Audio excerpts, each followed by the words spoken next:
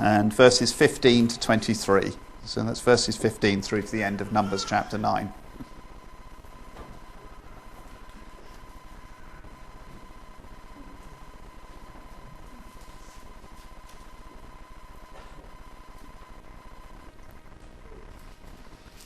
On the day the tabernacle, the tent of the testimony, was set up, the cloud covered it. From evening till morning, the cloud above the tabernacle looked like fire. That is how it continued to be. The cloud covered it, and at night it looked like fire. Whenever the cloud lifted from above the tent, the Israelites set out. Whenever the cloud settled, the Israelites encamped.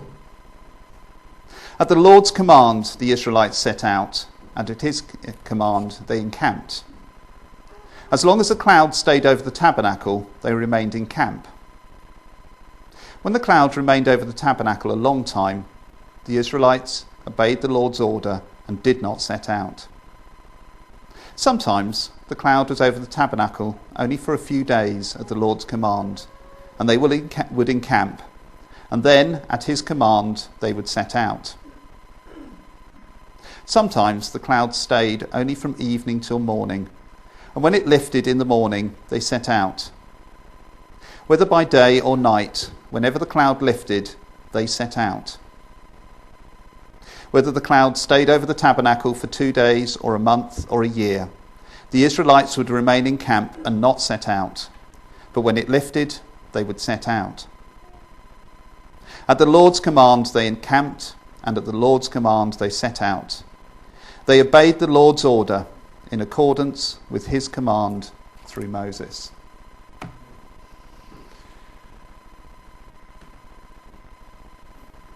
The day Heidi and I got married, it was in those far-off days, those ancient days of 2003, when smartphones didn't exist. And when there was this newfangled technology that had just come out and a few people had it, called sat-navs, these amazing things that somehow communicated from your car to a satellite and told you where you were and how to get to the next place. The church where we got married was a few miles from where we were going to have our reception venue. So we got married in East Sheen near Richmond, and our reception venue was down in Kingston upon Thames. And because no one had the newfangled sat-navs, we printed off lots and lots of sheets with directions of how everyone could get from the church to the reception. And these were all made available to everyone who came there. Heidi's cousin's husband had just got a sat-nav, and he thought this was brilliant, and he did not need one of our sheets, because all he had to do was put the road name in where he wanted to get to, and the sat-nav would take him there. And so obviously the car he was driving was going to get directed by the sat-nav, and he managed to persuade a reasonable number of Heidi's side of the family to follow him.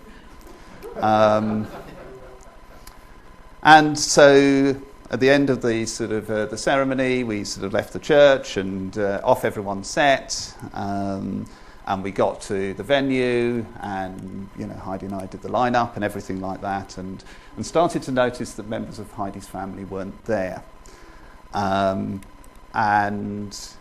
we waited, and our photographer said, look, I'm supposed to be doing the photographs, and then I need to go, and this is the time I need to go, and they still hadn't turned up. And an hour later, they all rolled in. Because apparently there are 2 Beaufort roads in London. There is the one our hotel was on, and there's one up in Ealing. So while everyone else was heading south following our instructions, they were heading north, right up into Ealing and getting stuck in the traffic in Ealing. Anyway, our photographer was very good, and he waited, and we managed to get these photographs just before the light faded. So if you ever look at wedding photographs, there's a whole series of it all looking like they were taken almost at night. And that is why, because of the mistake with the sat-nav. And in fact, actually, Heidi was so disillusioned with sat-navs, she refused in any way to follow one for at least the next 10 years. It's probably only in the last couple of years that we've now got a car with a sat-nav in, or we ever bothered to follow the sat-nav places. We still had paper maps and things like that, because Heidi sort of said, I'll never follow one after that. Anyway, she has come round to it now. But the error in guidance there was an annoyance. It was, it caused a few difficulties, but mainly sort of, humorous stories later on. However, if you've got 2 million people plus in a wilderness, following the right path is a matter of life and death. And in today's passage, we see God guiding his people on a journey to the promised land. And today, God still seeks to guide us. He wants us to remain on the right path, and he asks us to follow him closely. So we'll look through this passage and we'll look at what it means to be guided by God. So if you look at the passage here, so the beginning of Numbers chapter 9 verse 15, it's quite interesting because what it starts off is talking about how the presence of God was manifested amongst the people. So that was the cloud, the pillar of cloud, and at night the pillar of fire that was over the tabernacle. And it starts making it clear that the people of Israel would be in no doubt that God was leading them, be in no doubt that his presence was there. The first part of the passage reminds us of what came in Exodus chapter 40, verses 34 and 38. So at the end of Exodus, it said that when the cloud covered the tent of the meeting and the glory of the Lord filled the tabernacle, Moses did not enter the tent of the meeting because the cloud had settled upon it and the glory of the Lord filled the tabernacle. In all the travels of the Israelites, whenever the cloud lifted from the tabernacle, they would set out. But if the cloud did not lift, they would not set out until the day it lifted. So the cloud of the Lord was over the tabernacle by day, and the fire of the cloud by night. In the night, all over the house of Israel during their travels. And what it was sort of saying there, it was the presence of God. In fact, when God was there, Moses would not enter the tabernacle.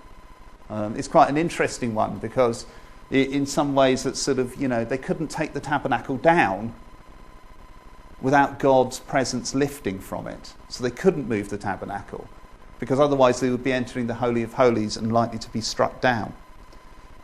But the symbol there was the tabernacle and the presence of God dwelling with his people.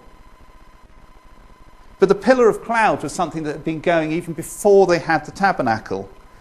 We first sort of see this sort of come in Exodus chapter 13, where, actually I won't read it now, where they're sort of setting out from Egypt and they're being led by God's presence here. It was only sort of later on that as they are given the law and given the instructions for the tabernacle, did its sort of presence become focused there on the tabernacle. Up until then, it had been leading them.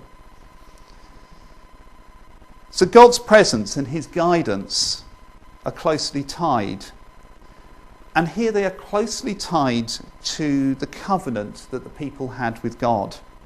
And in particular, the covenant here is the Mosaic covenant, or the Sinai covenant. So the idea was that the Mosaic covenant was given, and then the instructions for building the tabernacle and how they were going to sort of worship God and when they could come into his presence and when they couldn't was all tied up into this covenant. Now the term covenant is a Latin word, or it comes from the Latin, converio, which means coming together. And what it does is it presupposes at least two parties come together and make a contract, agreeing on promises, stipulations, privileges and responsibilities. And that's exactly what's happening here. The Mosaic covenant is actually one of the most complex covenants in the Bible. Under the Mosaic covenant, what God is doing is he's making good the promises he made to Abraham in the Abrahamic covenant. So back in Genesis chapter 12, where God promises Abraham he's going to make him into a great nation. And what happens is, of course, Abraham's family sort of goes on, and then sort of through Jacob and then Joseph, they end up in Egypt as a sort of still as a family. But by the time they leave Egypt, they are a nation. And this is what God has done. And what he's now doing is establishing again his covenant with them as a nation. Because you can imagine it might be very easy, if he hadn't have done this, for the feeling that the covenant promises only belonged to a certain small group of the Israelites. Because you might imagine that people would say, well, I'm a direct, you would have had the patriarchs, and people would sort of say, well, I'm a direct line from Joseph, etc. And then you slowly found those who came from the other tribes would be almost like, well, you're second class because you're not on that direct line. So what God does here is he puts the Mosaic covenant and says, no, you are a nation. From the sons of Jacob, I'm going to create the nation. So it doesn't end up with someone saying, well, I'm of Joseph and I'm of Manasseh, and you ended up with the covenant only feeling like it was a small part of Israel. So it's a very important covenant. The Mosaic covenant, though, is conditional. It's a conditional covenant, which means the obligations of one party depend on the other also fulfilling their obligations. It's a, if you do this, then I will do that covenant. Other major covenants that we find in the Bible, so the covenants that God made with Noah, with Abraham, David, and the new covenant that we find with Jesus Christ in the New Testament, are all unconditional. The idea is that God will do these things and that they are there for us, but they're not dependent on us. Which is why we don't work our way to salvation. Which is why there's no stipulations on the things that we must do to earn salvation, because the new covenant says if salvation is there, salvation has been bought by Jesus Christ.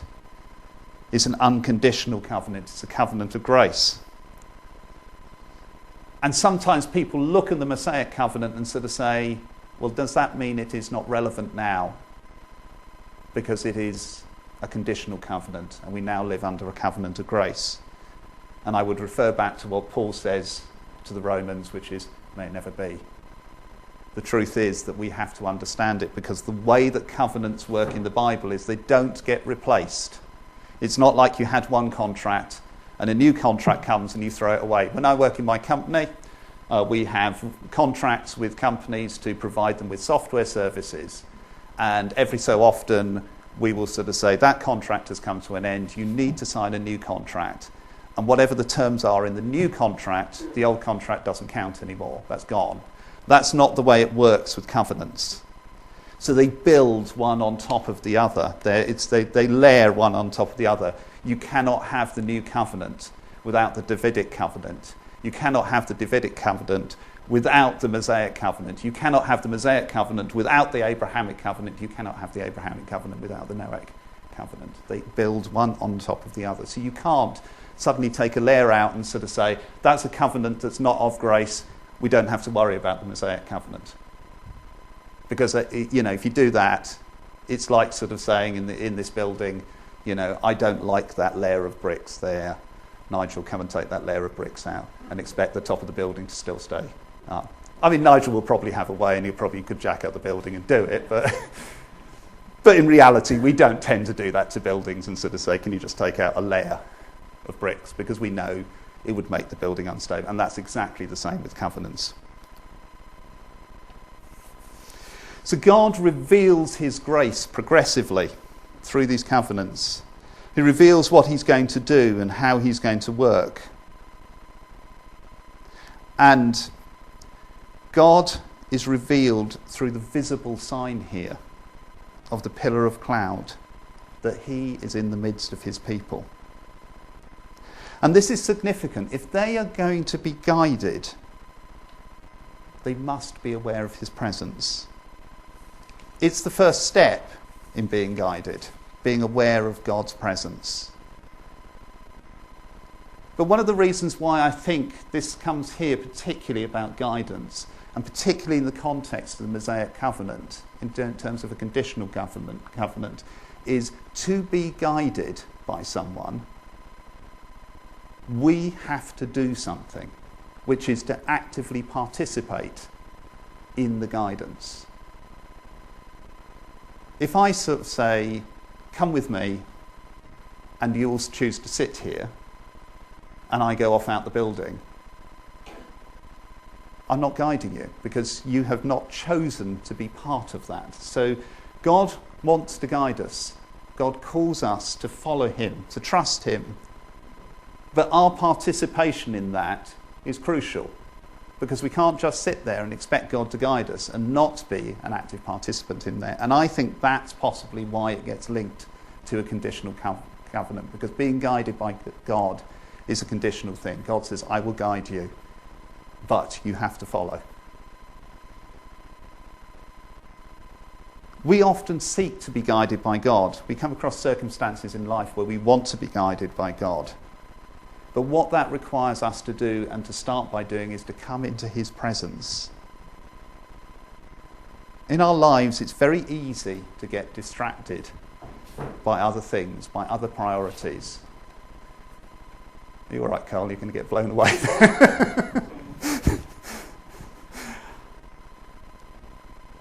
There you are. I'm talking about distraction. I've just got distracted. It's very easy for us to do, and particularly competing priorities. We know what it's like, that, you know, people come and say, can you do this, can you do that? We have obligations at work, we have obligations to our family, sort of, you know, to friends, to organisations we're part of, obligations in the church, all sorts of things, and it's very easy for us to get distracted and let those lead us. And in doing so, not spend the time coming into the presence of God. And God calls us to come into his presence. I'm just going to turn to Psalm 46 here.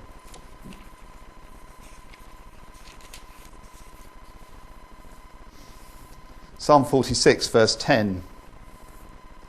God says, be still and know that I am God.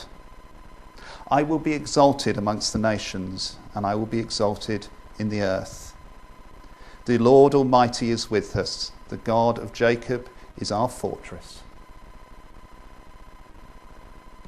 When we come into the presence of God, what does he ask us to do? He asks us to be still. To stop what we're doing.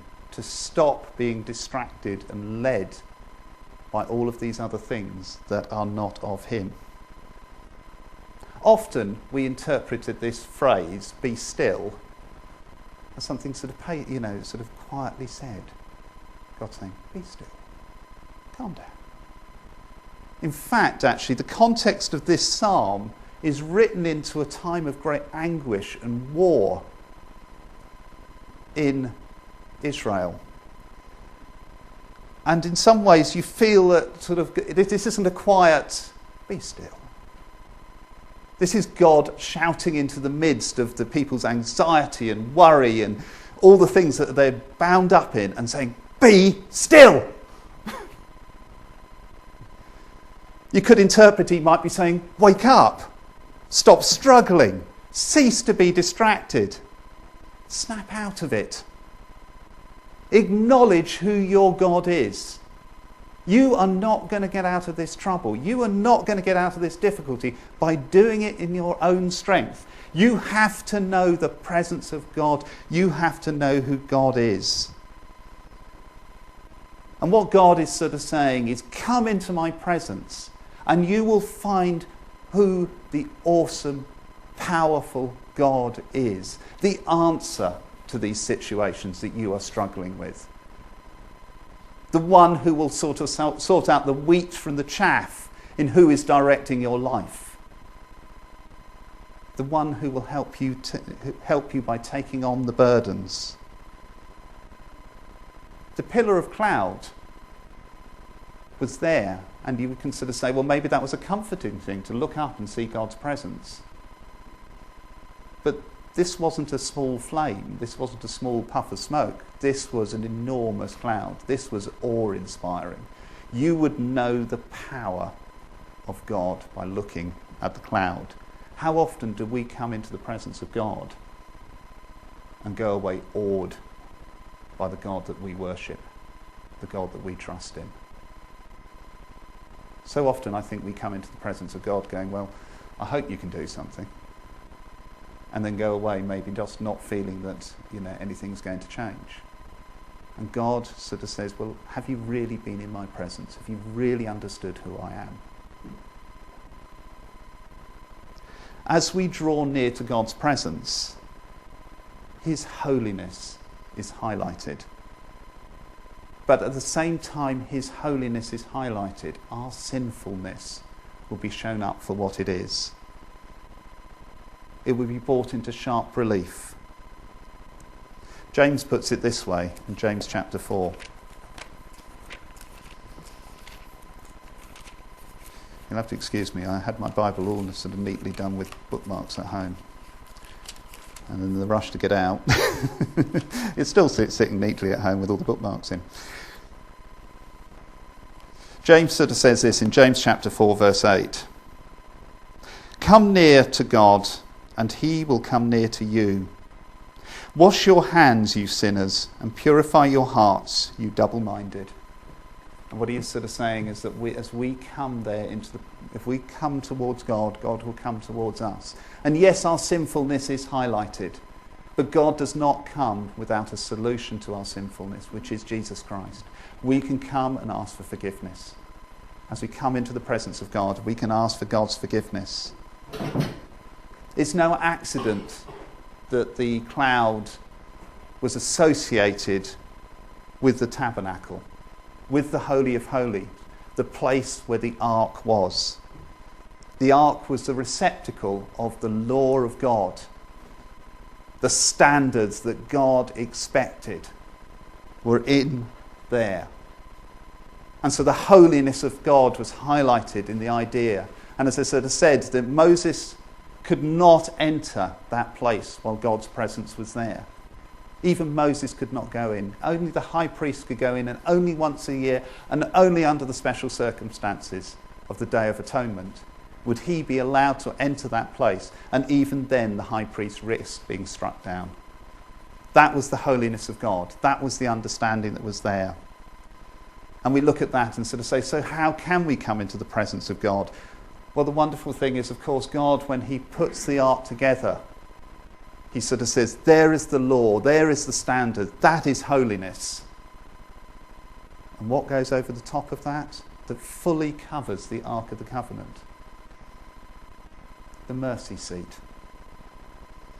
It covered completely the ark. If you look at the measurements, it completely covered that place where it was. And the mercy seat was a recognition that we as human beings are incapable of meeting the standards of holiness that God expects. So God provided the full covering so that we might stand in his presence. I like the way it says it in Hebrews chapter 9, verses 23 and 24. It was necessary then for the copies of the heavenly things to be purified with these sacrifices, but the heavenly things themselves, with better sacrifices than these. For God did not enter a man-made sanctuary that was only a copy of the true one. He entered heaven itself, now to appear for us in God's presence.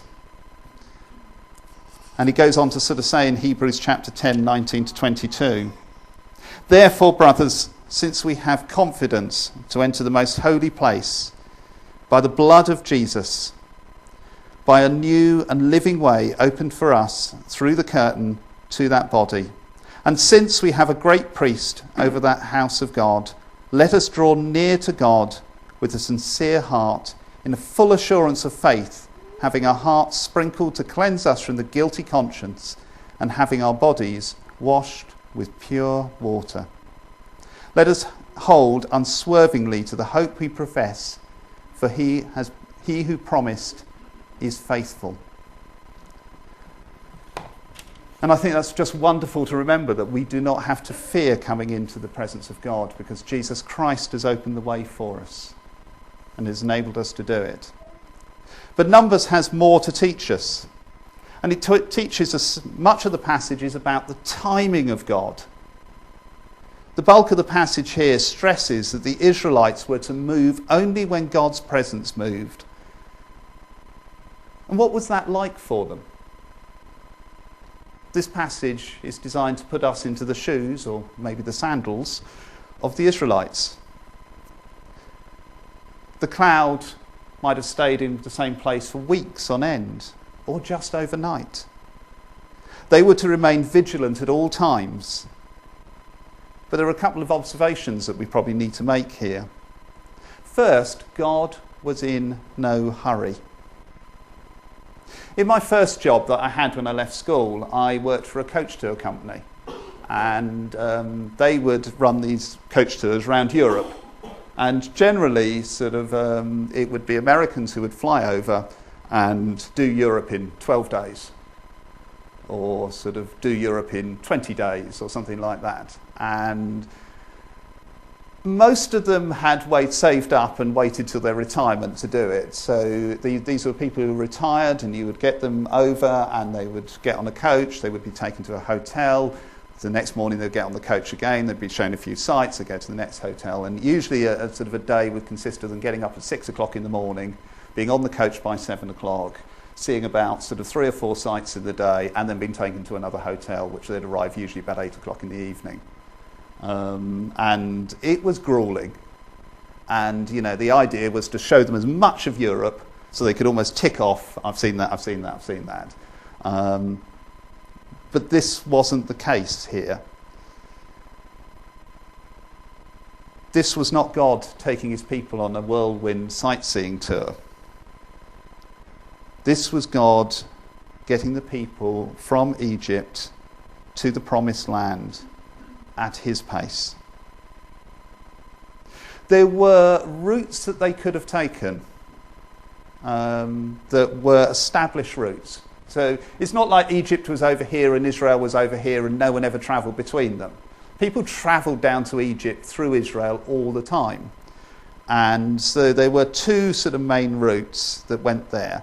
In Numbers chapter 20, interestingly enough, they're warned not to take one of the routes, which is called the Via Maris, or the way of the Philistines. And they're told not to go through that route, lest they get caught up in war with the Philistines.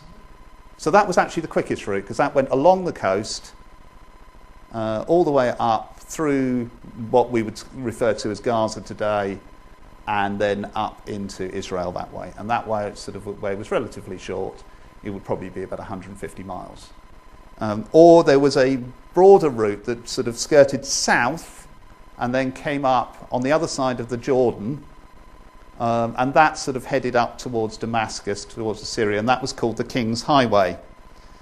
And again, that is referred to actually in the account of the Exodus, that they refer to the King's Highway, because they do at times follow the King's Highway, but a lot of the time, although they're roughly in the area, they deviate a lot away from it, and then occasionally come back onto it when they need to travel through a particular area.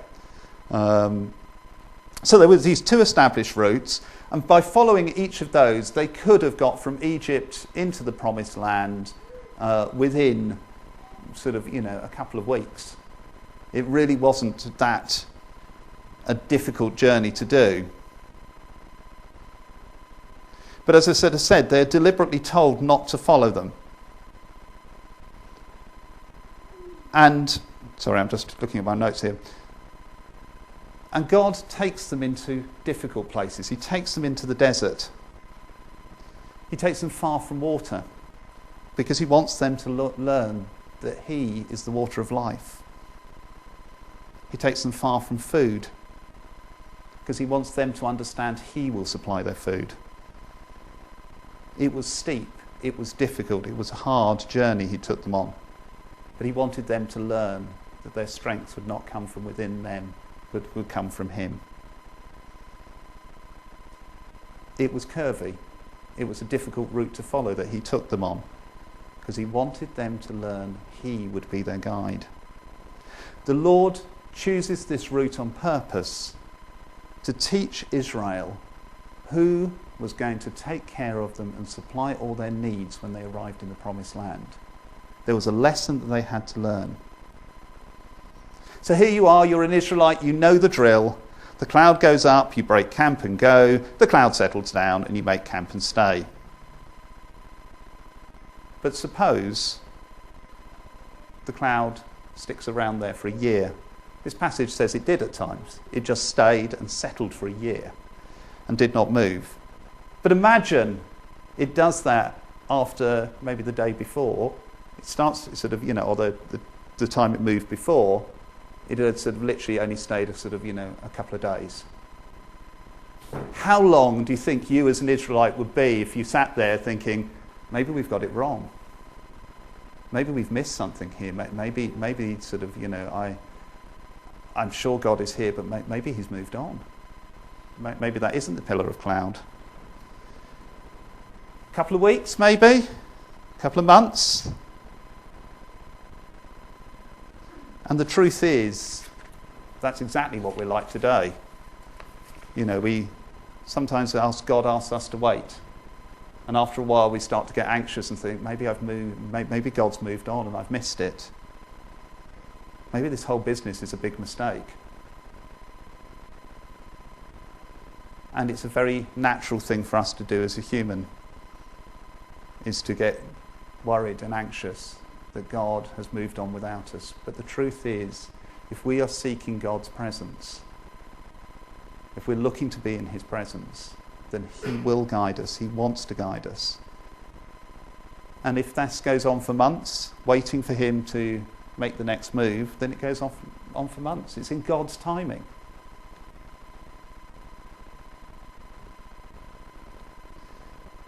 When you look at the bigger picture of the whole account of Israel's exodus from Egypt, the journey through the wilderness, you don't exactly get the impression that the people carefully listened to God all the time. And don't exactly get the impression they were always confident in what God was doing. The Lord wanted to develop the people. He wanted them to learn to trust him. And the desert was the best place for them to develop this trust.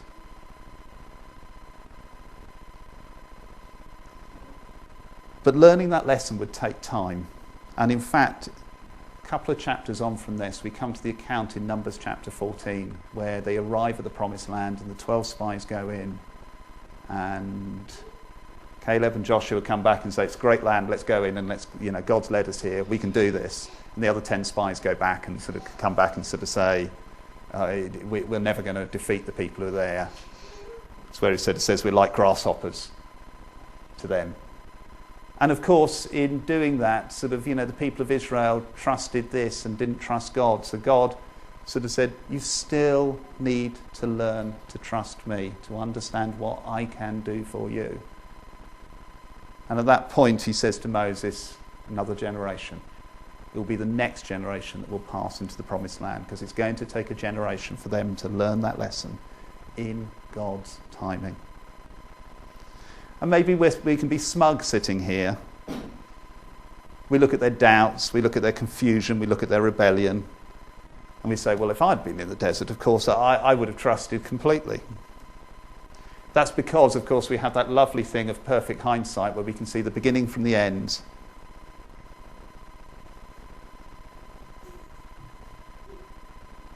And in truth, situations that we faced, we can't see where that's going. We can't see into the future. And we have to trust God step by step. We have to move when God moves, and we have to stay when he says stay. And if he asks us to wait a year, we wait a year. If he moves us on and then suddenly moves us on the next day and then suddenly moves us on the next day, We just have to keep following. And we trust him. And we learn to trust him. And situations that you might find yourself in now could be a place where God is teaching you to trust him.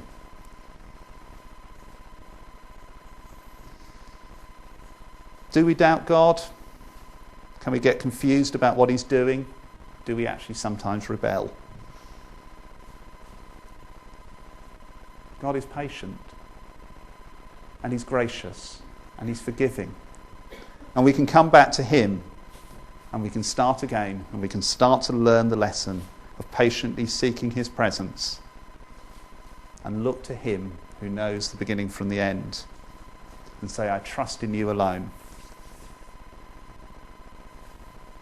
In conclusion on this, I'm just going to sort of touch on one other thing that I found quite interesting in this. And it's about the protection of God in this situation. And there's two passages that are quite interesting. One here in Numbers chapter 9 and one which I'll refer back to in Exodus. But the one here in chapter 9 is in verse 21. So have a look at verse 21. In the middle of all this, it sort of says, God would move on and they would learn to move on, and God would stay and they'd learn to stay put. In verse 21, it says something quite interesting. It says, sometimes the cloud stayed only from evening till morning, and when it lifted in the morning, they would set out. Whether by day or night, whenever the cloud lifted, they would set out. Now, in our world today, which operates on a 24-hour basis, we have electricity, we have light, it's very easy to forget that it was not that long ago that everything in life was bound by when the sun came up and the sun went down. You could not walk, you could not travel, you could not work in the evening because there was not enough light. It was not safe to do so. Nighttime travel posed considerable danger for these people. Following a path through rocky mountainous terrain at night risked injury, from falling or from wild animals. I mean, we see in other biblical accounts, it talks about thieves who would prey on travellers at night. Cities would lock their gates at night because of the fear of what was out there at night. And of course, losing your way at night was very easy. And you don't want to lose your way in a desert. And yet God asks his people here to trust him even more, that he would protect them, he would guide them. It's no mistake that it's a pillar of cloud in the day and it's a pillar of fire at night, because it makes it very easy for them to follow, to see where the path is, to light their way. And when we did the children's talk, of course, we talked about Psalm 119, 105. Your word is a lamp unto my feet and a light unto my path. And it would have been like that. But the idea is, out there is darkness. You cannot see into it. You need to follow where the light is. You need to follow where the cloud is. That is where you are safe. The pillar of cloud and fire, God's presence is security. It is safety. And God says, follow me, because that is where you are secure. That is where you're safe in your walk. And of course, when I said in Exodus chapter 14, when they get to the Red Sea, it's an interesting point, because actually they stay still because they cannot cross the Red Sea. And behind them they have the Egyptian army. And what it sort of says there is the angel of the Lord and the cloud went behind the camp and protected them from the Egyptians reaching them, while God wrought the miracle of opening the Red Sea for them to cross. Even when God says, stay still, wait for me, I am doing something, he is still providing that protection. We stay still because it is a place of safety, it is a place of protection. When God says that, we can be secure. So where is God leading you? Where is God taking you?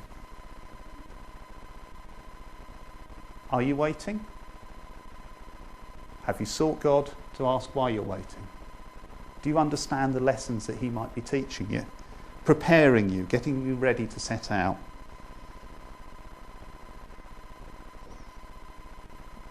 To conclude, I'm going to sort of read a couple of passages from Isaiah. But I'm also going to I found a very nice quote from the evangelist Leonard Ravenhill while I was looking this up. And he says, "Men give advice. God gives guidance." I'm going to just finish, with these two passages from Isaiah chapter 40, which I just feel was very applicable into this situation.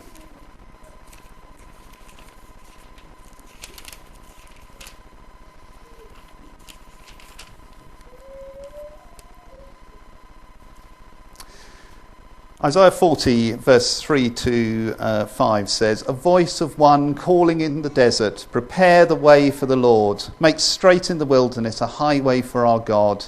Every valley shall be raised up, every mountain and hill made low, and rough ground shall become level, and a rugged place a plain. And the glory of the Lord will be revealed, and all mankind together will see it, for the mouth of the Lord has spoken." And right at the end of chapter 40, from verse 28, it says this, "Do you not know, have you not heard? The Lord is the everlasting God, the creator of the ends of the earth. He will not grow tired or weary, and his understanding no one can fathom. He gives strength to the weary, increases the power of the weak. Even youths grow tired and weary, and young men stumble and fall.